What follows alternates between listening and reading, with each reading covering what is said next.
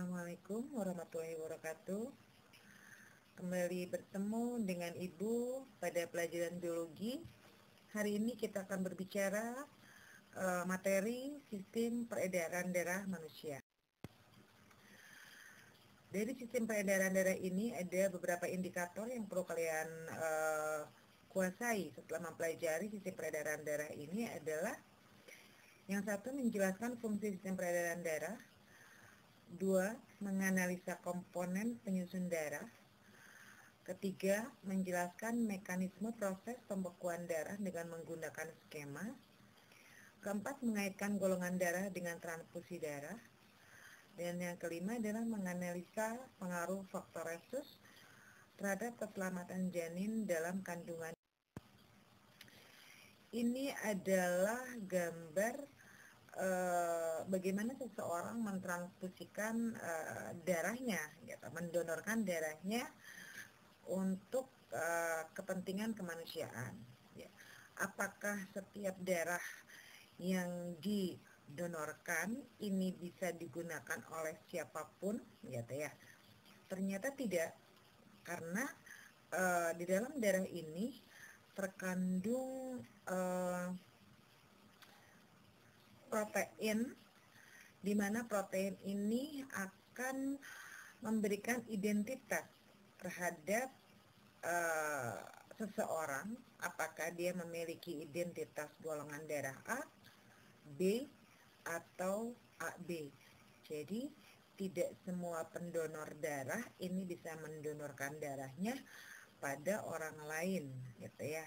Tetapi kita harus mengetahui dulu antigen yang ada pada darah tersebut. Apa sih yang dimaksud dengan sistem peredaran darah atau sistem transportasi? Sistem peredaran darah adalah cara kerja sistem organ dalam memindahkan zat ke dalam atau keluar sel, seperti kalian bisa lihat pada gambar. Sistem peredaran darah disebut juga dengan sistem kardiovaskular. Kardio itu adalah jantung, vaskular itu adalah pembuluh. Jadi sistem peredaran darah ini selalu berkaitan dengan jantung dan pembuluh darah serta kapiler darah.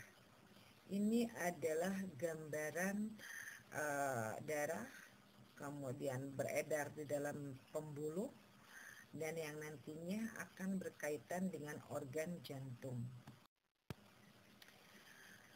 Fungsi darah adalah membawa oksigen, nutrisi, hormon ke seluruh tubuh, membawa zat-zat buangan atau limbah ke hati dan ginjal, mengatur suhu tubuh, mengobati luka, melawan berbagai penyakit, menjaga keseimbangan asam dan basa.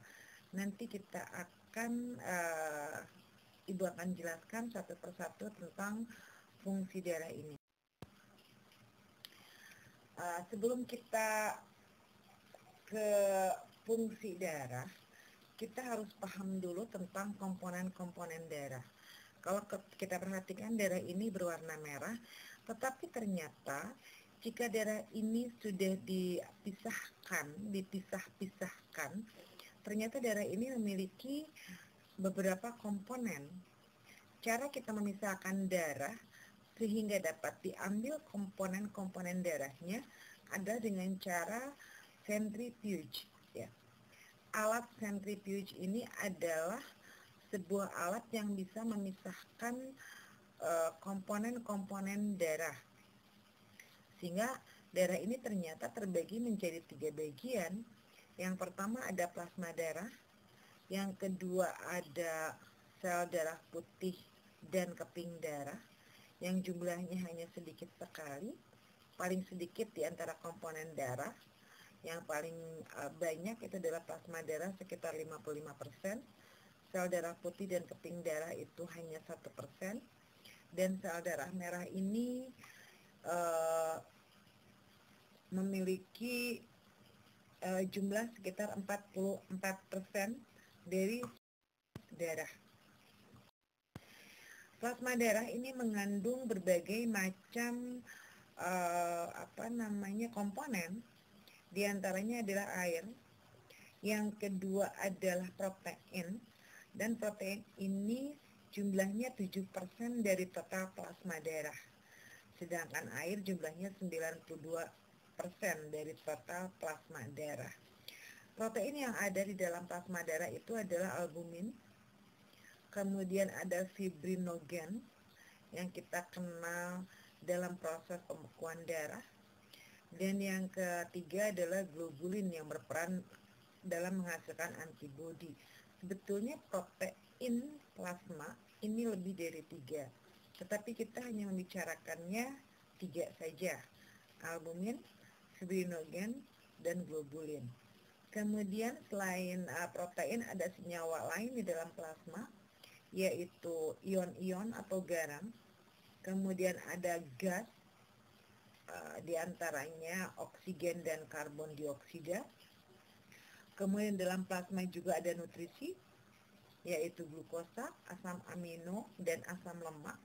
Kemudian ada zat buangan, contohnya adalah urea dan nitrogen. Di dalam juga ada hormon. Sebelum kita ke fungsi darah, kita harus paham dulu tentang komponen-komponen darah. Kalau kita perhatikan, darah ini berwarna merah, tetapi ternyata jika darah ini sudah dipisah-pisahkan, ternyata darah ini memiliki beberapa komponen. Cara kita memisahkan darah sehingga dapat diambil komponen darah.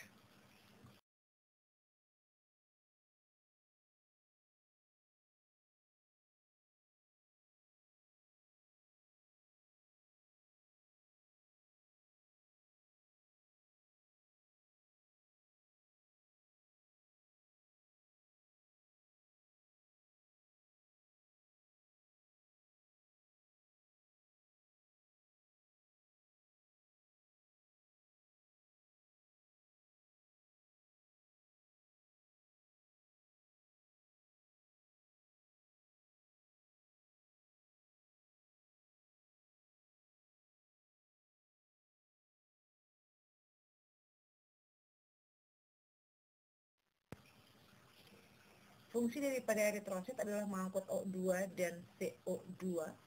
Yang kedua, fungsinya adalah menentukan golongan darah. Kalian bisa lihat pada gambar di mana oksigen ini akan diikat oleh Hb, karena Hb ini mengandung zat besi atau Fe yang akan mengikat O2, sehingga di dalam darah ini terbentuk oksihemoglobin, yaitu hemoglobin yang mengangkut atau berikatan dengan oksigen. Dan oksigen yang didapat ini akan diedarkan ke seluruh tubuh, yang nantinya akan masuk ke dalam setiap sel-sel tubuh, dan oksigen ini akan digunakan untuk mengoksidasi makanan yang ada di dalam sel tubuh kita, menghasilkan energi.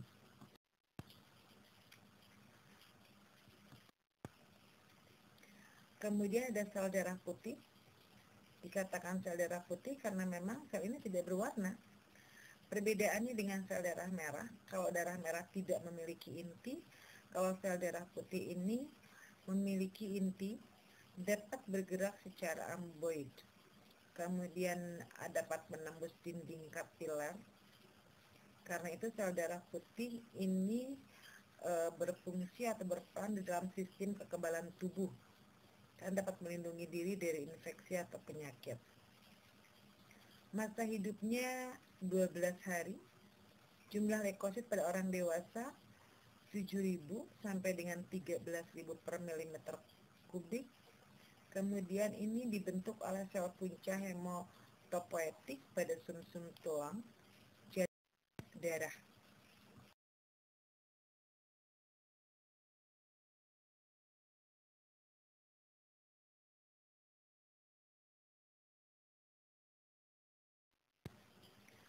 Ada basofil, ada eosinofil, dan menghasilkan energi. Juga ada monosil. Nantinya untuk fungsi daripada setiap sel darah putih kita baca pada buku yang nanti akan Ibu bagikan. Yang selanjutnya ada trombosit. Trombosit ini kalian bisa lihat bentuk daripada trombosit ini tidak teratur, tidak memiliki inti sel, dan ukurannya sangat kecil. Trombosit berasal dari pecahan megakariosit yang sangat besar di sumsum tulang. Tidak berwarna dan mudah pecah jika tersentuh benda kasar. Selanjutnya, sitoplasma trombosit terbungkus oleh membran plasma dan mengandung berbagai jenis granula yang berperan dalam proses pembekuan darah. Jumlahnya sekitar 250.000 sampai 350.000 dan usianya 5 sampai 10 hari. Untuk hari ini sekian pemaparan dari Ibu. Untuk selanjutnya kita bertemu lagi pada minggu depan.